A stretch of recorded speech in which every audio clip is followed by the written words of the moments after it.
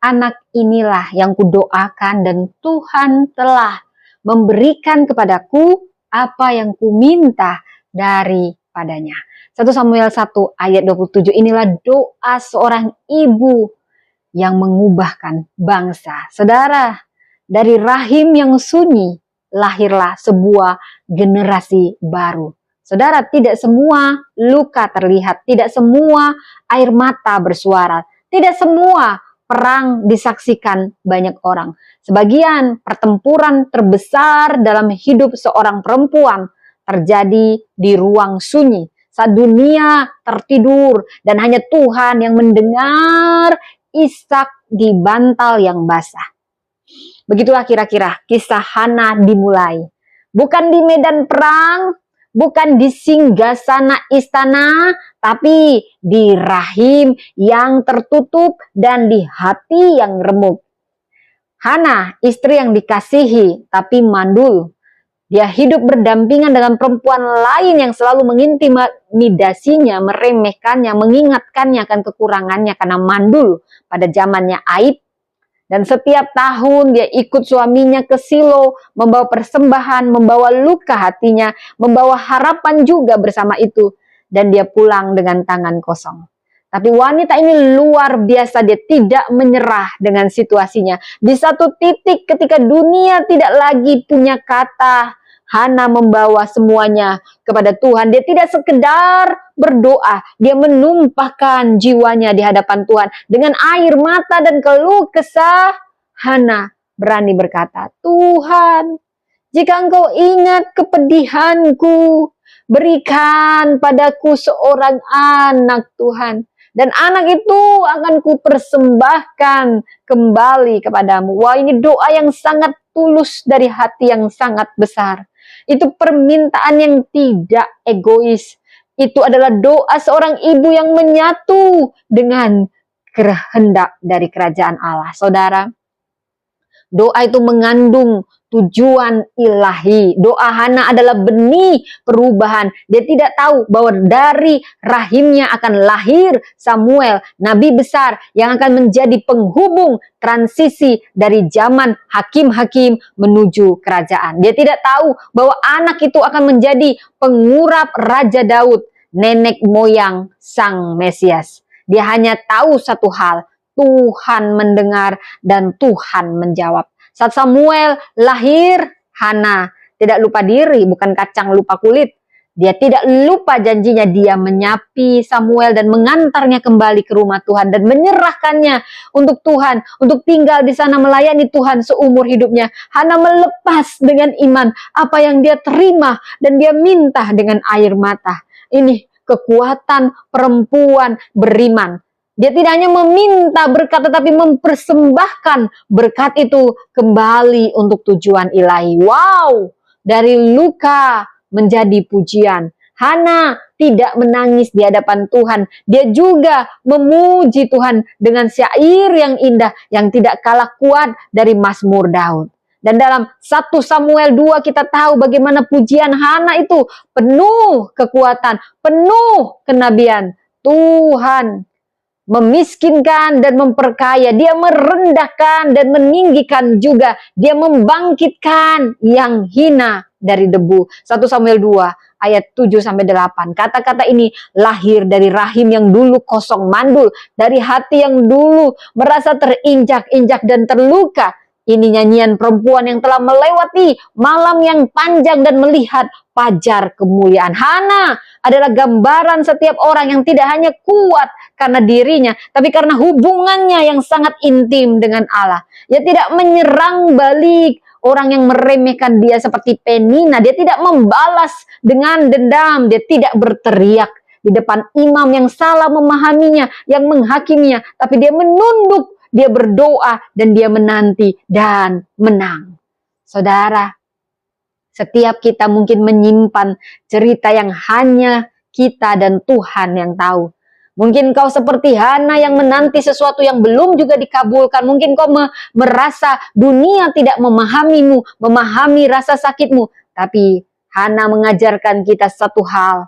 Saat dunia gagal mendengar, Tuhan tetap mendengar. Doamu hari ini bisa menjadi sejarah esok. Air matamu bisa menjadi sungai sukacita kasih karunia bagi generasimu.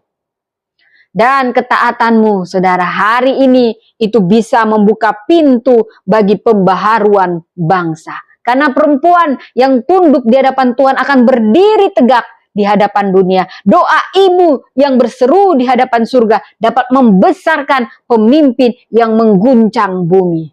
Dan inilah pesannya, jadilah perempuan yang berdoa dengan tujuan. Doamu bukan tentang keinginan pribadi, tapi tentang terhubung dengan rencana Allah yang besar.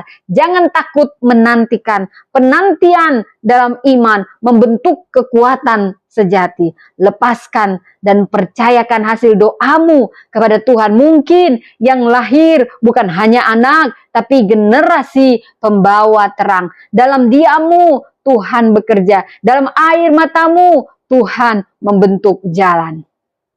Katakan, Tuhan, ajari aku, bentuk aku menjadi seperti Hana. Ajari aku berdoa bukan untuk mendapatkan, tapi untuk mempersembahkan. Dalam keheningan dan luka biar kami tetap berharap padamu. Pakailah hidup kami, rahim kami, tangis dan iman kami untuk mengubahkan sejarah, mengubahkan generasi dalam nama Yesus. Dari Hana kita belajar 7 hal. Bagaimana doa yang mengubahkan bangsa. 1 Samuel pasal 1-2. Yang pertama, teladan ketekunan dalam penderitaan. Hana tidak punya anak, tapi dia setiap tahun datang ke bait Allah. 1 Samuel 1 ayat 7-7. Di sini mandul, bukan hanya kesedihan, tapi aib. Dan Hana tidak dia tidak lari dari ibadah tahunan. Dia selalu hadir dengan setia walaupun dengan rasa sakit. Ini mencerminkan iman yang tidak digerakkan oleh keadaan. Kita saat ini mungkin menghadapi tekanan di keluarga, masyarakat, bahkan dalam diri kita sendiri. Mari belajar dari Hana, tetap setia dalam penderitaan, tidak menjauh dari Tuhan. Walau doa belum dijawab, tetaplah hadir menyembah meski hati ini belum sembuh. Saudara, yang kedua, kita belajar teladan kedalaman doa yang mengubahkan. Dengan hati dia pedih, dia berdoa pada Tuhan, menangis terseduh-seduh seperti orang mabuk, mencurahkan isi hati di hadapan Tuhan. Doanya adalah doa pengorbanan, bukan meminta, tapi untuk menyerahkan kembali. Ini mengandalkan bukan hanya dengan kata-kata indah, tapi ini luapan jiwa tulus di hadapan Tuhan. Tidak menuntut, tapi mempersembahkan. Kita diajar bukan hanya untuk kelihatan tampak kuat saja di luar, namun lebih lagi memberi ruang untuk berdoa dari luka, bukan menyembunyikannya. Karena Tuhan tidak cari kata indah, dia mencari hati yang terbuka. Doa yang terdalam bisa menjadi awal dari generasi ilahi. Ketiga, teladan keberanian, melanggar batas budaya demi iman. Seperti Hana berdiri, dia tetap berdiri dan berdoa. Saudara, di tengah budaya patriarki, Hana berdiri di hadapan Tuhan, tidak menunggu dukungan suami, tidak takut dengan pandangan orang, tidak gentar dengan penilaian yang keliru. Kita pun bersuaralah pada Tuhan, walau jangan merasa tidak layak membawa pergumulan secara langsung kepada Tuhan. Hana mengajarkan kita untuk percaya dalam iman bahwa kita punya akses pada hadirat Allah tanpa perantara apapun yang sulit. Dan dari Hana kita belajar teladan iman yang menyatu dengan penyerahan diri. Iman Hana bukan hanya berharap mendapatkan, tetapi mempersembahkan kembali. Dia tahu pemberian Tuhan bukan miliknya, tapi bagian dari rencana Allah yang besar. Dan kita diajarkan tidak takut menyerahkan kembali hasil yang kita doakan. Karena iman yang percaya dan tangan yang terbuka siap memberi kembali apa yang telah diterima. Ini akan dilipat gandakan.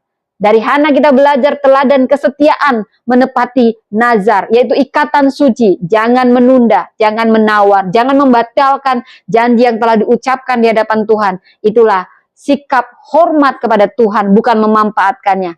Mari hidup dengan integritas rohani, tepati janji pada Tuhan, baik janji doa, pelayanan, komitmen, dan panggilan, walau butuh pengorbanan. Dari Hana kita belajar teladan pujian yang memuliakan Allah di tengah transformasi hidup. Seperti Hana di pasal 1 Samuel 2, ada kemuliaan dan dia memuji refleksi rohani perjalanan panjang bersama Tuhan. Kita